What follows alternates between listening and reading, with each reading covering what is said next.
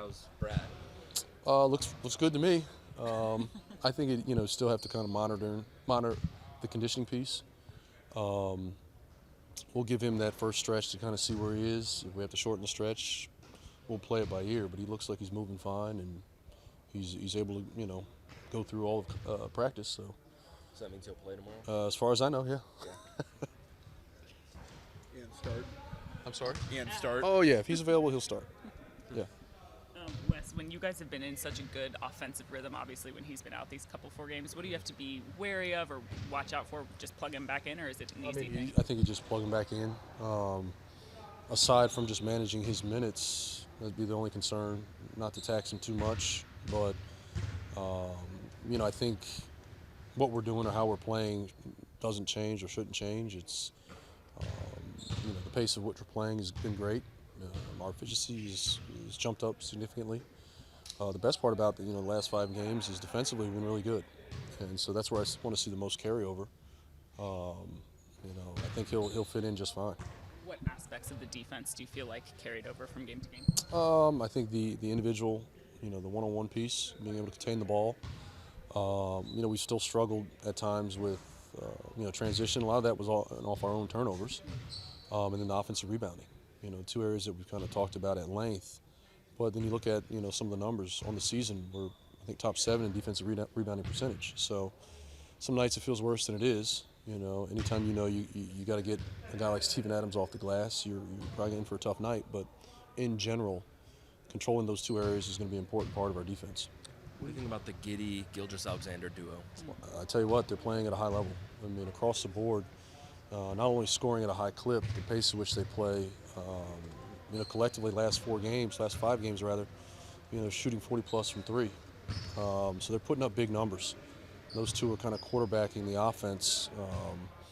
The way they play in general, with great pace, the transition numbers, the paint numbers, the assist percentage. They really put a lot of pressure on your defense with just going and catching, attacking the paint, and the way they space. You got 5 guys being able to push, play off the bounce, attack the rim. They put a lot of pressure on your defense, so it's going to be a concerted effort. Starts with Shea, of course, and Josh, plays his role in that. But getting that ball under control, keeping those 2 out of the paint. But we have to give ourselves a chance by getting back and getting our defense set. I see DeLon over there. I think you had said middle of this week he'd be reevaluated. Has that happened yet? It has not happened yet, but it is at some point this week. Yes. Can you tell us right away? Oh, right away. I'll make sure to let you know. When you refer to pace to your offense, are you referring to the number of possessions or the speed with which your team gets into its set? Yeah, that's probably a little misleading because pace, by definition, would be the number of possessions. Some more just thrust up the floor, and we're probably middle of the pack as far as how quickly we get the ball over half court. I think we had a stretch of games where we were really struggling to get offense generated before we got into the last 8 seconds of the clock. And that wasn't good for us. I think just recently we've been much better with our thrust, our pace, of not only getting the ball over half court, initiating offense, and playing through the possession in a timely manner. Why did the change or the improvement occur? Well, I just think we stopped holding the ball. Better ball movement, or more ball movement. The movement of bodies and changing and shifting the defense a little quicker allowed us opportunities to play downhill. When you hold it, you over dribble, you play in crowds, it does lend to some of those turnovers, but also it allows the defense to just load up on you. And it's really difficult to score that way. What does it do for the team, I guess, mentally, beyond the obvious, when you guys are making threes as opposed to when you're when you're making threes, you're giving your chance a better opportunity to win games. So I think that's just what it boils down to. I think if you look at our 4-game win streak, probably shot the ball much better than dead last in the NBA, and I think that's on top of our defense allowed us to creep out in games, get leads, and hold leads too. What impact has Jordan Goodwin had? He's just coming in and being hungry and being a guy that is playing very, very hard offensively and defensively. You see a little bit when 𝗙𝗢𝗟𝗟𝗢 was in, he was flying around, getting deflections, and we missed that for a couple games and inserted him, and just doing that type of thing, just playing with a lot of aggression and playing hard. Jace asked you about the made threes. Is there anything different over the winning streak about the quality of threes you guys are getting? Yeah, I think we're getting, the ball is moving a lot, so everybody's getting a rhythm and just touching the ball. And I feel like even if you just touch it a little bit for a possession, by the time it comes back to you, it just feels a little familiar, and guys are hitting shots. We're coming down and all 5 guys are touching it at least once. It's great, and guys are in rhythm because of it. You've competed against Will for a long time. In a conference finals, I believe. He didn't play, but oh, he didn't play. So, but you know what he's capable of. What do you think about the potential he still presents as a bench scorer for you? Yeah, he's wired to score. He's somebody that has always been a scorer his whole type of career. Out of Memphis, being a 2nd-round pick, so he still has a lot in the tank. Obviously, you can see it.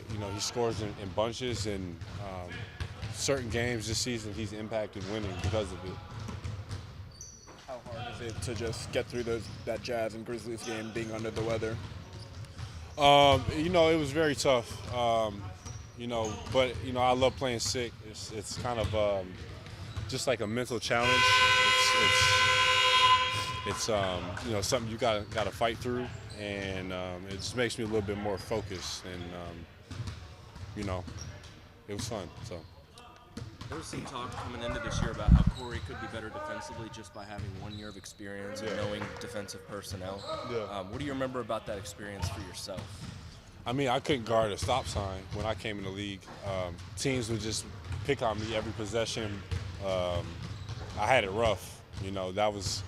That was very, very tough times for probably the first 2 years of my career. But, you get to a certain point, and he probably felt that way a little bit last year, but, you get to a certain point where you just get tired of it, and you're like, teams aren't going to just pick on me no more, and then you just get better, and you feel more confident when you're guarding these guys for years and years. And so far, hasn't played a lot of games this season, but, I think he's definitely made growth on that end. So.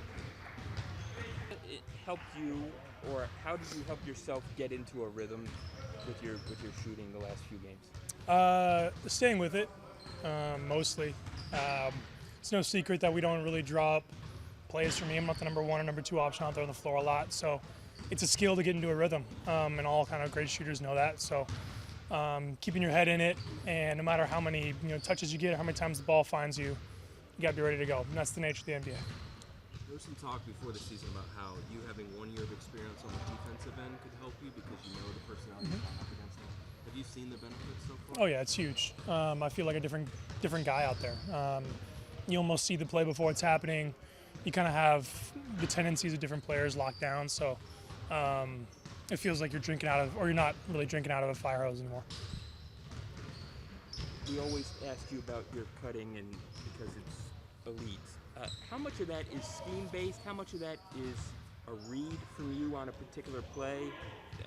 There's a few things within our scheme where it's a planned cut, but a lot of it's read, and it's another skill too. It's a way that I get a lot of points, and it kind of bails guys out of situations and bails our offense out, and I'm fully aware of that. So I'm going to keep doing it, and it keeps defenses on their toes, and it just adds another layer to my game and our offensive game. Makes it harder to stop.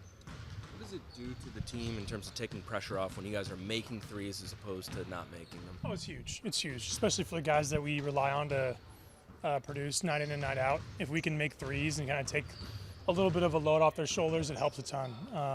That's where this league is trending. Threes are king, and if we make them, we're going to be a really good spot as a team, giving ourselves a lot of chances to win.